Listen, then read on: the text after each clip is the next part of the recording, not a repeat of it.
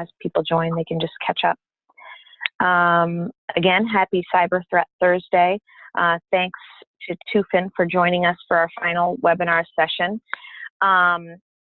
Just a little bit of housekeeping. If you have any Q&A, you can put it in the Q&A section or the chat section, and we'll get to that question as soon as we can. If anybody needs any follow-up or wants to see some white papers, you can feel free to reach out to me as well.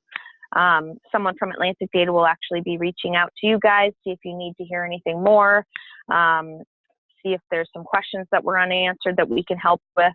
But with that being said, Dan Roberts is here to introduce Tufin to us and show us what they've got. Thanks, Dan, for joining us this morning. Oh, thanks, Christy. Huge introduction. Thank you.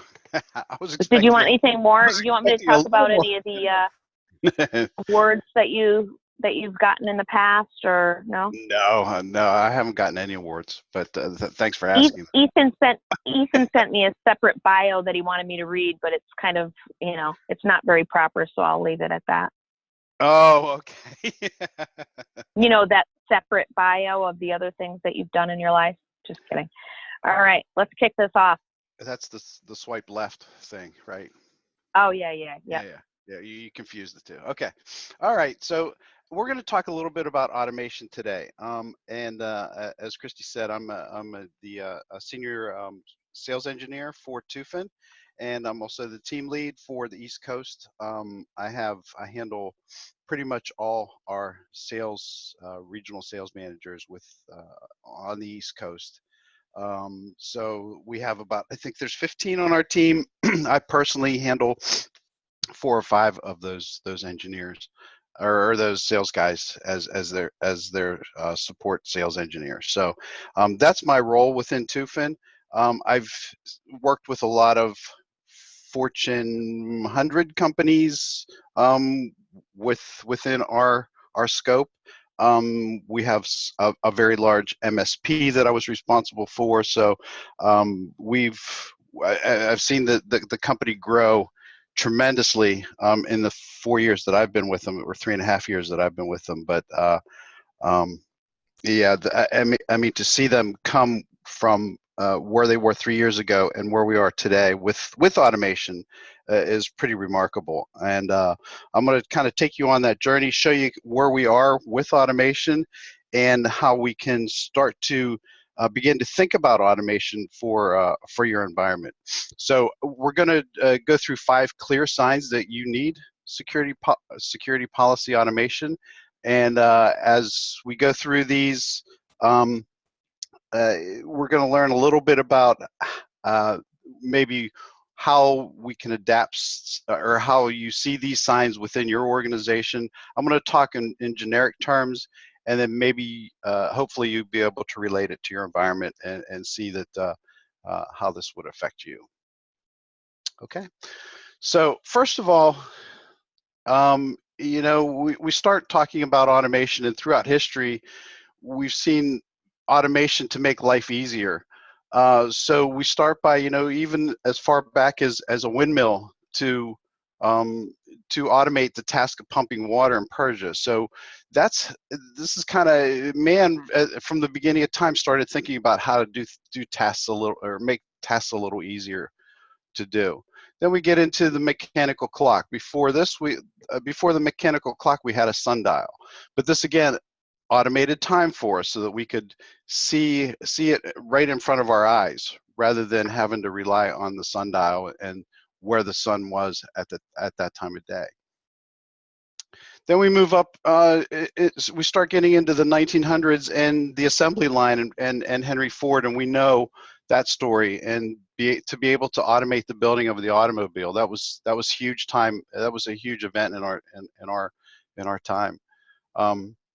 And then we had the first computers started to appear back in 1943, and these computers were meant to help British code breakers during World War II read encrypted German messages. So this is really the start and the beginning of automation. So we relied on other things to break codes to act as spies during the war. So we found ways to automate tasks. And then now we're into zero-touch automation. And this really is we now start to see signs of it with IoT.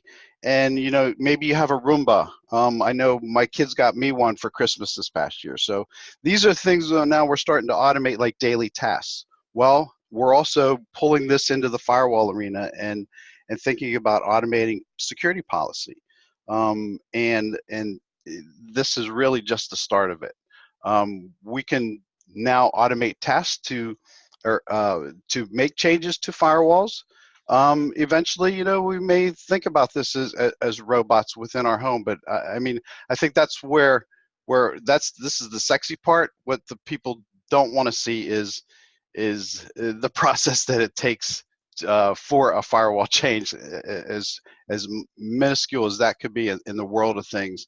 That part of it is the piece that we want to show you today.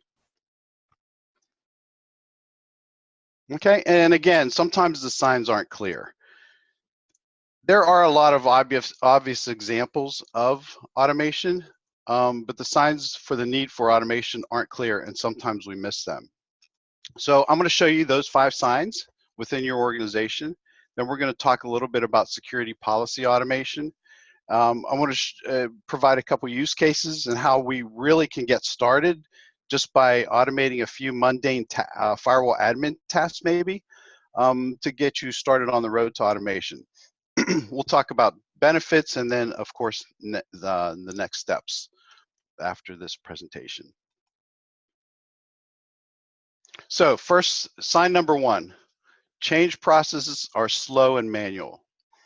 So you may have different business units, they're always submitting change requests. The number of changes is always expected to grow. I mean, in organizations that I'm dealing with, this number just seems to climb as not only the network grows, but applications grow, people grow, companies grow, so does the rule base, and so does requirements or security requirements that rely on that rule base. We don't automatically have budget to increase our team, so what do? We have to start to think about maybe taking some tasks and either dumping them on 1 or 2 people, and we maybe have to hire more people to get these done, or we start to think about automation. Also, you know, you may have SLAs, and it may start to take longer to provide to get things done, and you may go way past SLAs. Automation can help improve that.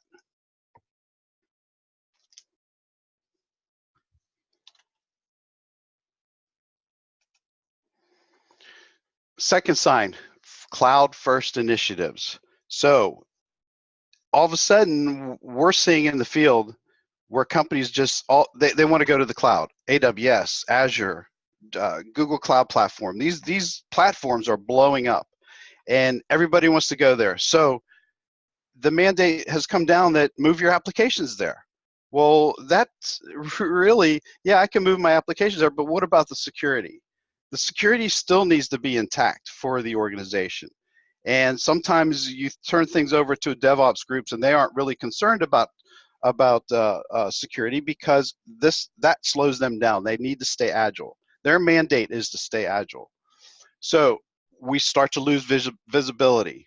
We start to be less secure. We start to do things and take things for granted that are in the cloud because it's so easy to use.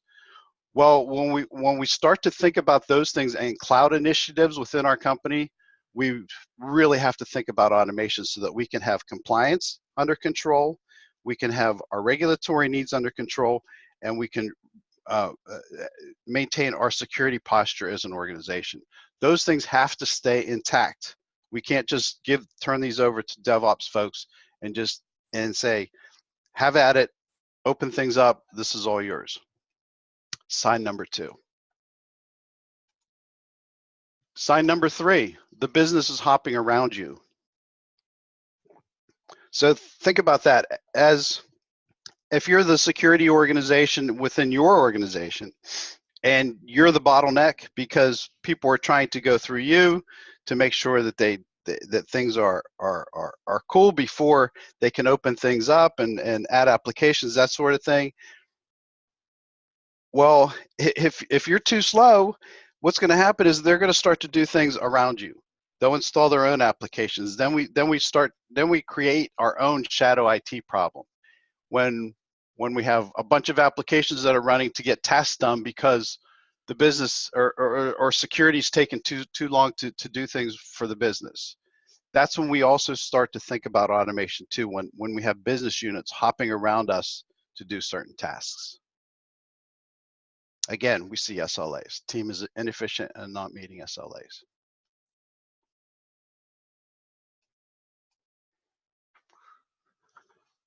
Sign number 4, the hole is getting deeper.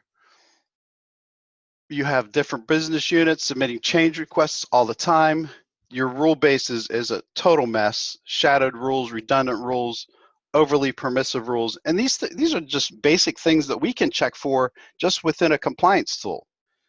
Download the policy, see what we got, check out any shadowed rules, redundant rules, unused rules.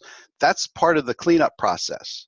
And that begins us on our voyage to zero touch automation, is to kind of assist with the cleanup and be able to handle some of those things. If your hole is getting deeper and you got huge policies on your firewalls that really have taken years to build, they need to be cleaned up, and that's going to require some sort of automation. It's too big of a task to do manually.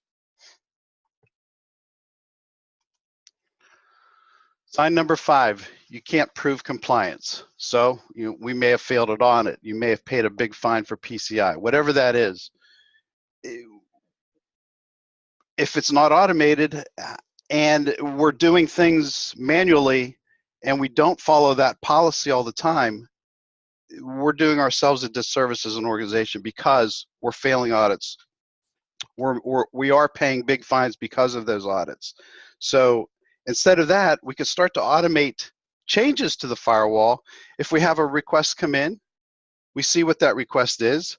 If it adheres to policy, great. If it doesn't adhere to policy, we handle that task. We handle that change a little bit differently. If it's okay and it passes all the checks that we put in place, then we can just push it on down, push it on through the workflow. And that's really the basis of automation.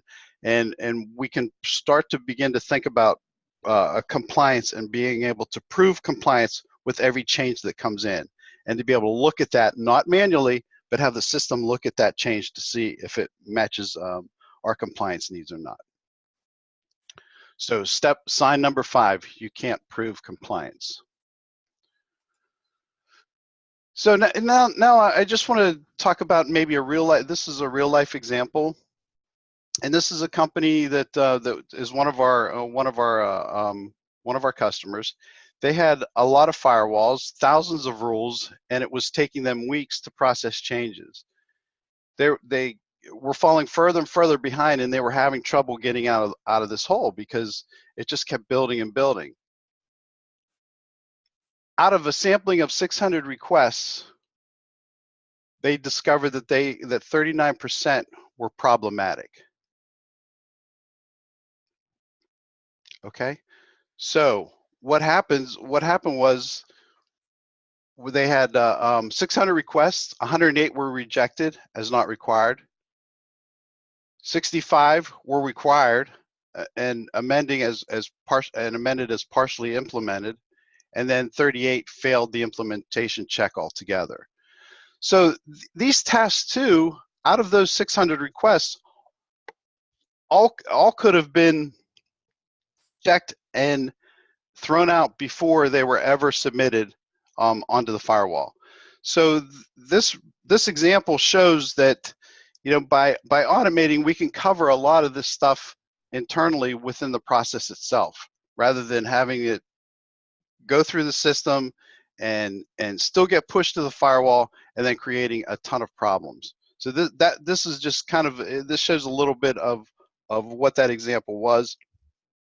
and how they use Tufin to really come in and assist in the cleanup process.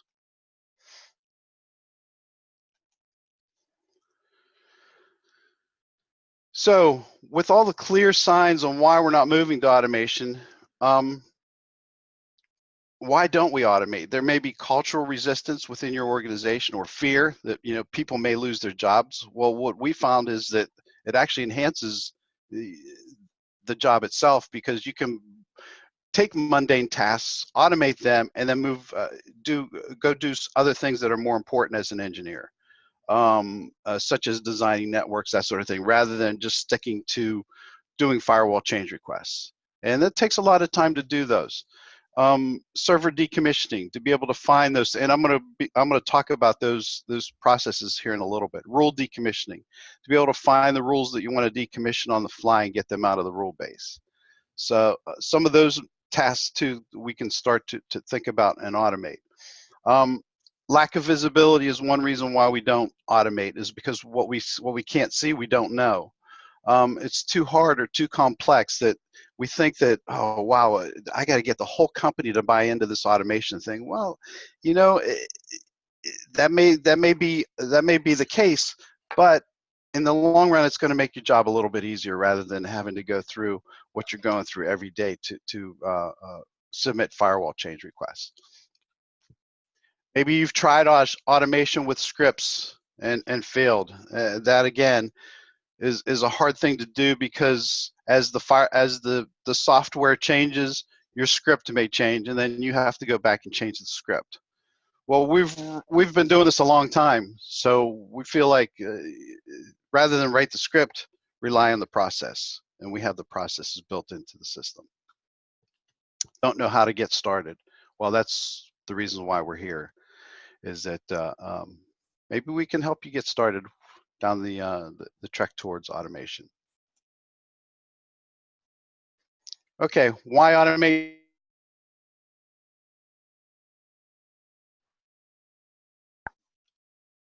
Enterprise networks are fragmented. They're big, heterogeneous, hybrid, dynamic. They're moving all the time. We have AWS now and cloud initiatives in the picture, public and private cloud, microservices and containers, all our firewalls and routers. The enterprise networks are getting so complex now that we need some sort of tool to be able to keep track of it. And that's where Tufin comes in. The infrastructure is not only fragmented, but our processes are fragmented too. So we have different teams are handling different parts of the network, and we not only are they for the internal purposes, but also maybe for customer-facing purposes too. So these processes are fragmented, and they're all over the place. So we need something to be able to pull this all together. And processes maybe, you know, you have a threat manager or a SOAR tool over here, and you want to be able to find out where that threat exists on the network. Well, just by using an API call, we can use Tufin as a platform, pull that threat in to Tufin, and be able to generate a topology map on where that threat exists within our policy. So those are types of things now that we can start to pull processes together if we have one platform, and Tufin can be that platform in this instance. Future, even more complex, even more fragmented as we start to move into the cloud. This gets a lot, services get smaller because microservices and containerized when we do start to move to the cloud, but we have a lot more of it. So we have to be able to control the volume of what's ahead of us as far as a complex network. What we found is we're trying to get our best practices for automation when we first come into a company and we propose automation. You know, some of the things that we see, we have to get buy-in across the board because it affects so many departments. So the more people that we can get involved in talking about and discussing automation, the better off we are. We have to start small and build on success, and you're going to see that with something we call our maturity model. And this is a industry kind of standard model. It's something that we use, but it's also an industry model to get through visibility into zero-touch automation. I'm going to show you that. We need to define the matrix, manage expectations, and then focus on our security policy for automation, and not who the vendors are, that sort of thing. Oh, I'm sorry. Focus on the policy itself, and through the automation, we're going to help you save time, strengthen security, reduce complexity, and improve audit readiness. And security can't be managed at scale without a centralized policy. And that's pretty much the bottom line for automation.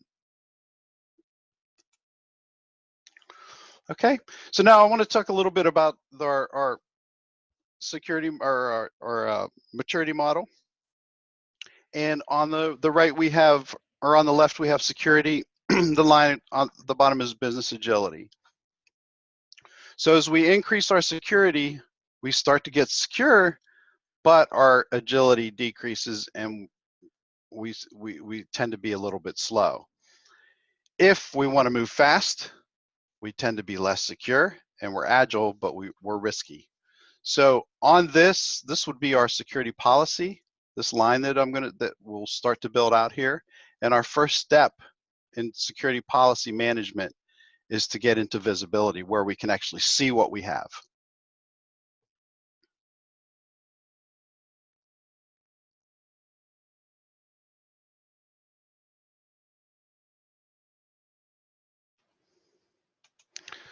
Next, we have cleanup.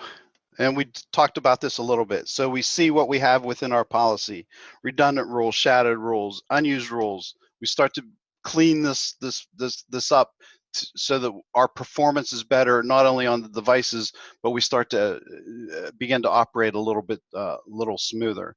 So cleanup helps. It also eliminates some of our attack surface by cleaning up old rules. And that's something that needs to be done every so often. Otherwise, we're gonna have a huge rule base and so many entry points that eventually it's going to create a breach. Next, we get into analysis and design, where we can actually see the change that's going to be made, analyze it, and predict how we want the change to go, and what devices we want the change to appear on. So now we begin to think about how to put the policy together, and how we want to create maybe compliance and security needs to assist in the design and implementation of a new rule. That piece can all be automated, and really that's our break-even point within this model. We start to get into analysis and design. Then we have application-driven automation, where we look at applications, and we're not really concerned about the network underpinnings as much as we are that the application is connected.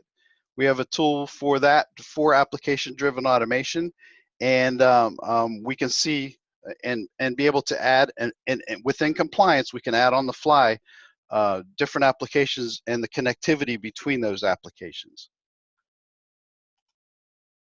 And then eventually we get into zero-touch automation. At that point, we are secure and we are agile, because we're not relying on we know what our policy is. We have the policy in place. We know the devices that are going to need to be changed in order to provide the access that maybe the user needs. And at that point, we don't have to look at it at all. We just provision that change right out to the firewall once we can review it, and we can get to that point, and that's what we're talking about when we're talking about zero-touch automation. We can also use this as a framework for other platforms, such as maybe a ServiceNow, where we can do integration work between a ServiceNow or a Remedy or any other external ticketing system, to be able to process information back and forth between the ticketing system and Tufin to do the actual input provisioning out to the firewall. We can also do the compliance check, the compliance and regulatory check on that particular change, as well as find it within the network topology, all the devices that would be impacted by that change. Those are the things. Dan, that was actually one of the questions that I had come in that were, what are the most popular ticketing integrations that you're seeing in the field? And those would be the two leaders. Christy, thanks for the question. Okay. Those are the two leaders, Remedy and ServiceNow, of course. ITSM, we've done some integration work with HP ITSM, but with our open APIs and how we're transferring data back and forth, that's the integration points can happen any number of ways. So within a workflow, we can have the workflow created within Tufin, and maybe let's talk an access request first. Maybe we can have an access request where a person, wants source to destination open, a certain port open, and at that point, we can take that access request and then either transfer that data to ServiceNow, or have ServiceNow or Remedy or whatever the ticketing system, enter that ticket there and have the API pull it into Tufin to begin the workflow. So we can talk about workflows, but again, that's something that's going to be specific to your company's organization. So if that's something that you may be interested in looking at, we could certainly further that conversation. But those are the three main ones that we see. But any place where we can do it, even homegrown tools, if there's APIs available, we've done integration work with homegrown tools. But thank you for the question. Thank you. Thanks. Okay, so moving on, we have a few use cases for security policy or automation, and the first is group modification. So this, we talked about mundane tasks that a firewall admin would have, and this would be the first case where we could start to think about automation, where we have a group within a firewall rule based, and we need to make a change to it. We needed to modify it. So we can start to think about having a workflow in place to do that modification. So we can create and maintain these groups right within the workflow. Also along these same lines are rule recertification. I know it's not mentioned in this slide. In these slides, but this is another use case that would kind of be similar to group modification, where we can view the policy that we want to recertify within the rule base itself, and then automate how we want to recertify that. So we can send it out to a business owner to maybe answer a question that yes, he needs to recertify it, and this is the new date. Have it sent back. And through his responses, we could script it so it's automated to be able to maintain metadata for that particular rule for rule recertification. That's that's another task that we could start to think about automation. So group modification, rule recertification, and with group modification, we can create and this is a screenshot for how we actually handle it. We can update an existing group or create a new group within an automated workflow.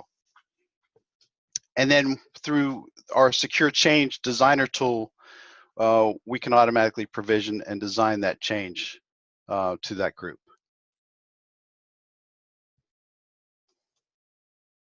Okay. Use case number 2, rule decommissioning. So in this scenario, we find a rule that needs to be taken out of the system. So we now have a process where we can view the rule within a policy browser. Say we want to remove it and just have a workflow open to remove that, decommission that rule. We can disable it first, remove it later, and again, a lot of that process can be scripted and maintained. It helps with the maintenance of the firewall if we can decommission rules in a consistent timely fashion. Okay. This is a screenshot again of rule decommissioning. We can identify obsolete and risky rules by, this is a screenshot of the policy browser. So here we have a permissiveness level high. So we've printed every rule with a permissiveness level of high. I want to add these two rules to a ticket. And once I do that, that creates my workflow and begins my workflow within Secure Change to be able to remove that from or to decommission it from the firewall. We see here we're going to disable or remove it. This is my workflow, and that's the this is the screenshot from Secure Track that that helps me get that accomplish that. Then the designer and provision the change to the firewalls, and this shows my checkpoint R80, and I'm disabling rule number 5 and rule number 6 based on this change. And just another step shows the history of the ticket to be able to remove. So again, fully auditable. Everything that's done on the firewall is kept track within Tufin. Use case number 3 is server decommissioning, where we find where and maybe an unused server exists with throughout the policy base. We then run an impact analysis to see where that exists and what the impact is on removing that server from all the policy. And it just walks us through the steps of the workflow. Here we see a sample, a screenshot of the workflow. This would be the server name. We do an impact analysis, and the impact analysis shows where it exists with throughout the current policy. And then again, design and provision the change. So those were 3 use cases by on some simple tasks that we can start to think about and begin to automate. And believe me, you know, I was a firewall admin. If I had the ability to do that server decommissioning workflow in my time, I would have loved it, because it just made it just makes life so much easier to be able to see at a glance and instantaneously find it within the current policy, rather than having to log on to the CMA or log on to Panorama or whatever your infrastructure is, and find out where that exists throughout the policy. This just makes it so nice when it does the impact analysis. Okay, so go through a couple problems solved by security policy automation.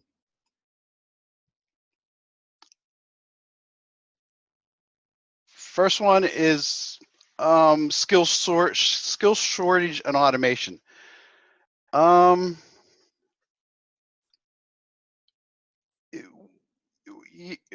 know, this is a great solution, because that automation can help solve this problem, because we can help security teams spend less time doing things that take you a long time to do, and we also help reduce errors. So with that, I think just the fact that we can take some of this time back from an engineer, and let him do what he needs to do, such as design or do other things that are helpful with the team. I think that alone, to be able to do more with existing resources is enough to be at least think about and start down that trail towards automation. Compliance is a key driver in any security budget. We always have to meet compliance. And we love compliance as a company, because it forces our customers to really start thinking about policy. And compliance is a key driver to your security budget. But is being compliant also mean that you're secure? That's the trick too, is to be able to know, you know, am I secure? Am I compliant? The two might be totally different things, and we can handle both of them.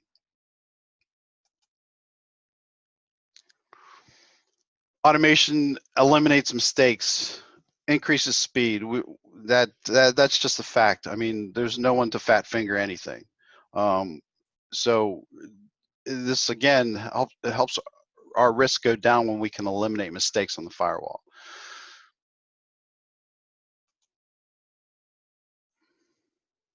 And I just froze up.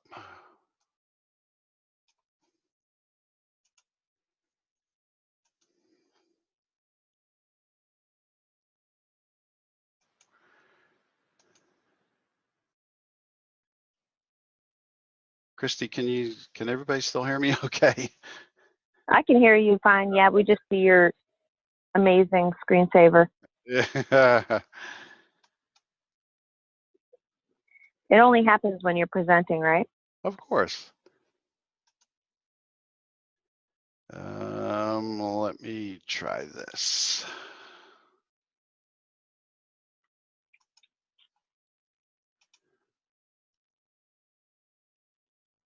I only have a few more slides to go.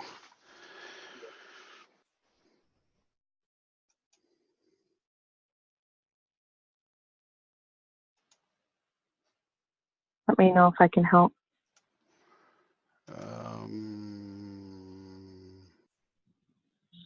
There it is.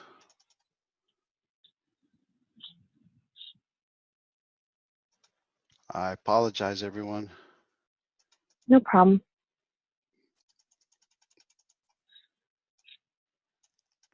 Should have had some good jokes lined up, but I don't.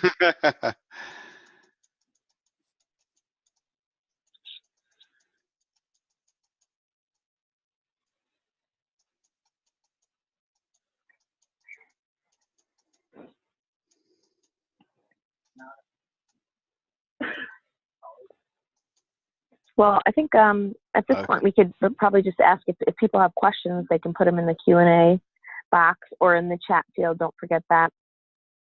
And we can have Dan answer those questions. Let me,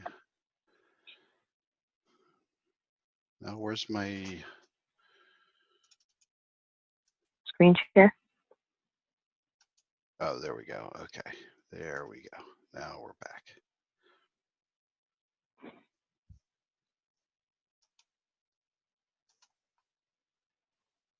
Cool. Perfect. Okay, is that back?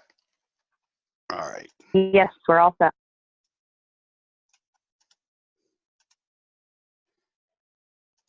Okay.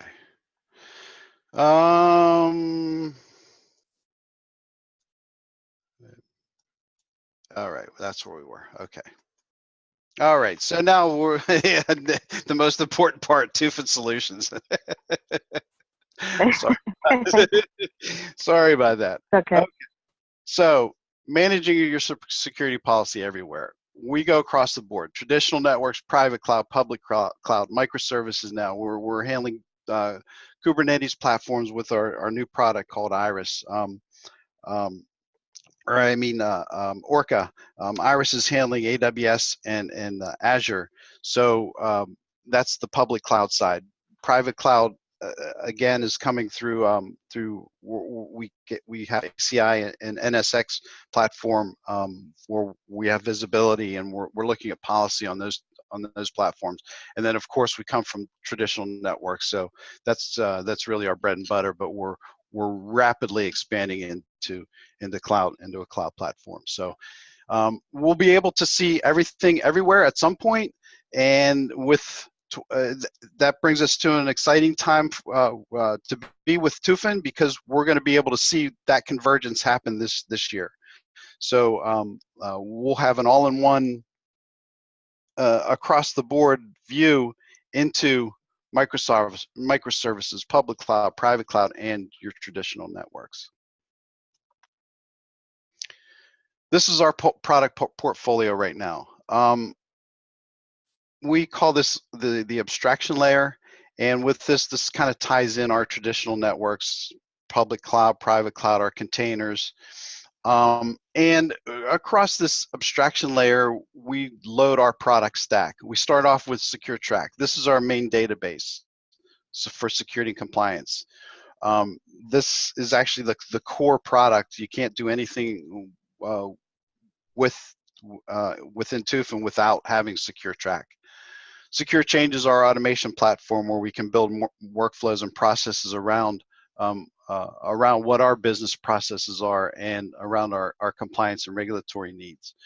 Secure App is the application connectivity tool that shows connectivity of applications and how it's impacting the rest of the network. And then I just mentioned Iris and Orca. Iris is our cloud tool, and Orca is our tool to be able to gain visibility into the Kubernetes environment.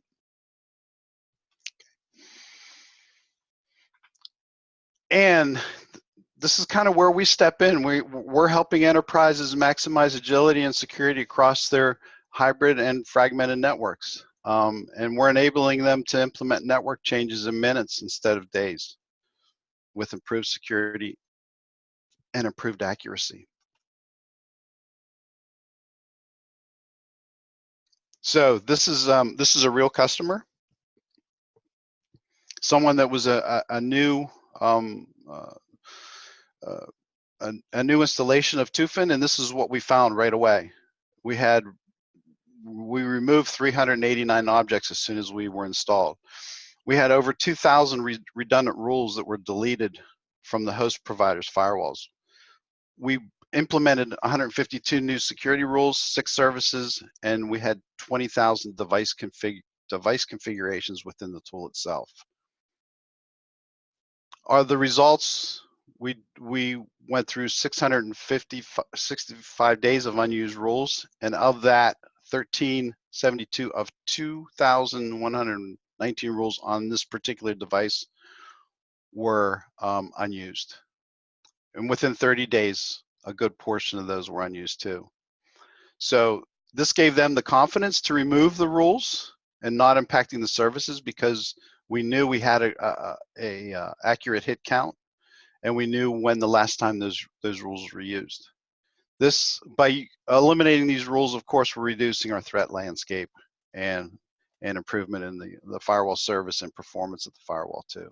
So these are just these are things that I see every day as a sales engineer, that we go in to help companies, and these are the types of problems that I see, and these are really the types of results that I also see once they do install Tufin.